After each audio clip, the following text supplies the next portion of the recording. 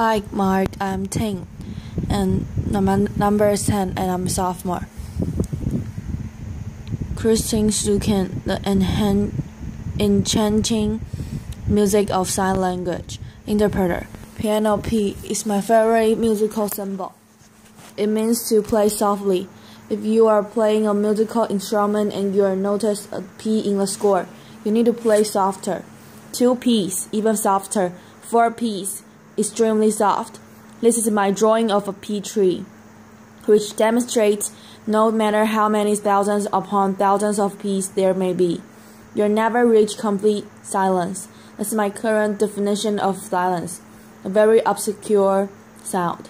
I'd like to share a little bit about the history of American Sign Language, ASL, plus a bit of my own background.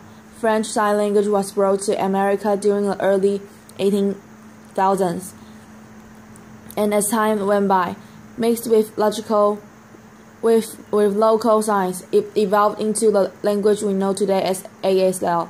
So it has a history of about 200 years. I was born deaf, and I was told to believe that sound wasn't a part of my life, and I believe it to be true. Yet, I realized how that wasn't the case at all. Sound was very much a part of my life, really, on my mind every day. As a deaf person living in a world of sound, it's as if I was living in a foreign country, blindly following its rules, customs, behaviors, and norms without ever questioning them. So how is that understand sounds? Well, I watch how people behave and respond to sound. You people are like my loudspeakers and amplify sound. I learned and mirror that behavior. At the same time, I've learned that I create sound, and I've seen how people respond to me. Thus, I've learned. For example, don't slam the door. Don't make too much noise when you're eating from the potato chips bag. Don't burp. And when you're eating, make sure you scrub your utensils on the plate. All of these things I term sound etiquette. Maybe I think about sound etiquette more than the average hearing person does. I'm hyper vigilant around sound, and I'm always waiting in eager, nervous anticipation around sound, about what's to come next. Hence, this drawing, TBD, to be decided, TBC, to be continued, TBA, to be announced. And you notice the staff. There are no notes containing the lines. That's because the lines already contain sound through the subtle smudges and smears. In deaf culture, movement is equivalent to sound. This is a sign of step in ASL. A typical step contains 5 lines. Yet for me, signing it with my thumb sticking up like that doesn't feel natural. That's why you're notice in my drawings, I stick to 4 lines on paper. In the year 2008, I had the opportunity to travel to Berlin, Germany for an artist residency there. Prior to this time, I had been working as a painter. During this summer, I visited different museums and gallery spaces, and as I went from one place to the next, I noticed there was no visual art there. At that time, sound was trending, and this struck me. There was no visual art. Everything was auditory. Now sound has come into my art territory. Is it going to further distance me from art? I realized that doesn't have to be the case at all. I actually know sound. I know it so well that it doesn't have to be something just experienced through the ears. It could be felt tactually or experienced as a visual or even as an idea. So I decided to reclaim ownership of sound and to put it into my art practice. And everything that I have been told regarding sound, I decided to do away with and unlearn. I started creating a new body of work, and when I present this to the art community, I was blown away with the amount of support and attention I received. I realized sound is like money, power, control, social currency. in the back of my mind. I've always felt the sound was your thing, a hearing person thing, and sound is so powerful that it could either disempower me and my artwork, or it could empower me.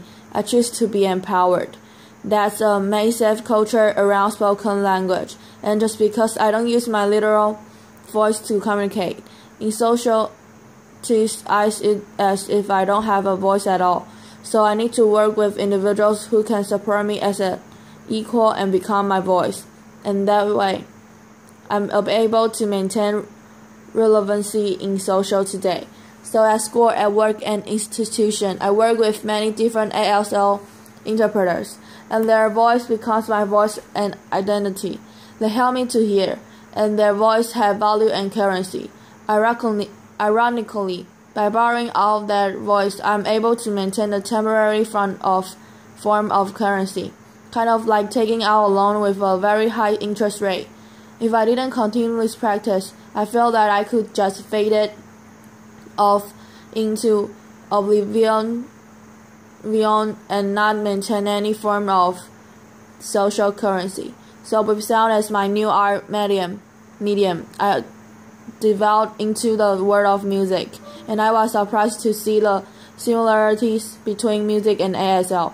For example, a musical note cannot be fully captured and expressed on paper, and the same holds true for a concept in ASL. They are both highly special and highly inflected, meaning that subtle changes can affect the entire meaning of both signs and sounds. I'd like to share with you a piano metaphor to have you a better understanding of how ASL works. So, envision a piano. ASL is broken into many different grammatical parameters.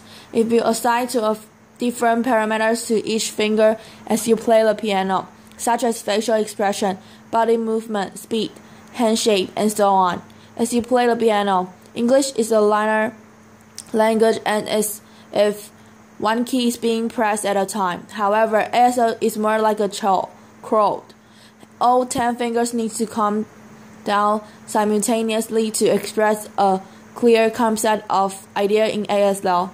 If just one of those keys were to change the chord, it would create a completely different meaning.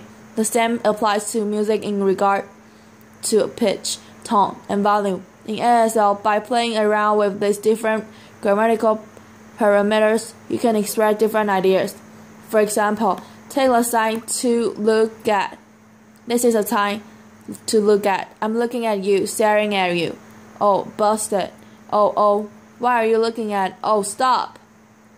And then started thinking, what if I was to look at ASL through a musical lens? If I were to create a sign and repeat it over and over, it would become like a piece of visual music. For example, this is sign for day. As the sound rises and sets, this is all day. If I was to repeat it and slow it down, visually it looks like a piece of music. All day. I feel the same holds true for all night. All night. That is all night. Represented in this drawing, and this led me to thinking about 3 different kinds of nights: last night, overnight, all night long. I feel like the third one has a lot of more musically like the other two. This represents how time is expressed in ASL and how the distance from your body can express the changes in time. For example, one edge is one hand, two edge is two hands. Present tense happens closer and in front of the body. Future is in front of the body and the past to your back. So the first example is a long time ago, then past, used to, and the last one, which is my favorite, with the very romantic and dramatic notion to it, once upon a time. Common time is a musical term with a specific time signature of 4 bits per measure. Yeah, when I see the word common time, what automatically comes to mind for me is at the same time. So notice our edge, right hand, LH, left hand. We have a staff across the head and the chest. I'm now going to demonstrate a handshake called the flash claw. Can you please follow along with me? Everybody hands up. Now we're going to do it in both the head and the chest, kind of like common time or at the same time. Yes, got it. That means to fall in love in international. International, as a note, is a visual tool to help communicate across cultures and sign language around the world. The second one I'd like to demonstrate is this. Please follow along with me again. And now let's colonization. Now the third, please follow along again and again. That is enlightenment in ASL. So let's do all three together. Fall in love, colonization, and enlightenment. Good job, everyone. Notice how all three things are very similar. They happen at the head and the chest, but they convey quite different meanings. So it's amazing to see how ASL is alive and thriving, just like music is. However, in this day and age, we live in a very audio-centric world, and just because ASL has no sound to it, it's automatically hold no social currency. We need to start thinking harder about what defines social currency and allow ASL to develop its own form of currency without sound. And this could possibly be a step to lead to a more inclusive society. And maybe people will understand that you don't need to be deaf to learn ASL, nor do you have to hearing to learn music. ASL is such a rich treasure that I like you to have the same experience, and I like to invite you to open your ears, to open your eyes, take part in our culture, and experience our visual language, and you'll never know, you might just fall in love with us. Thank you. Dennis Kircher Button. Hey, that's me.